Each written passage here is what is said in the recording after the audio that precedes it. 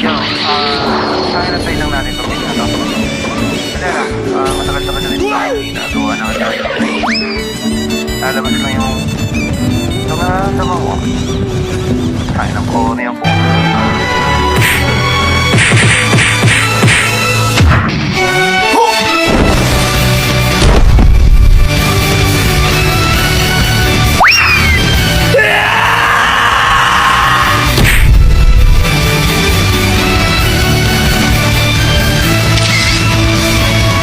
Kahit na anong ipilit sa problema, tangina masyado yata kung mainit. Ito ay paligsahan, matik yan manalo na. Di makita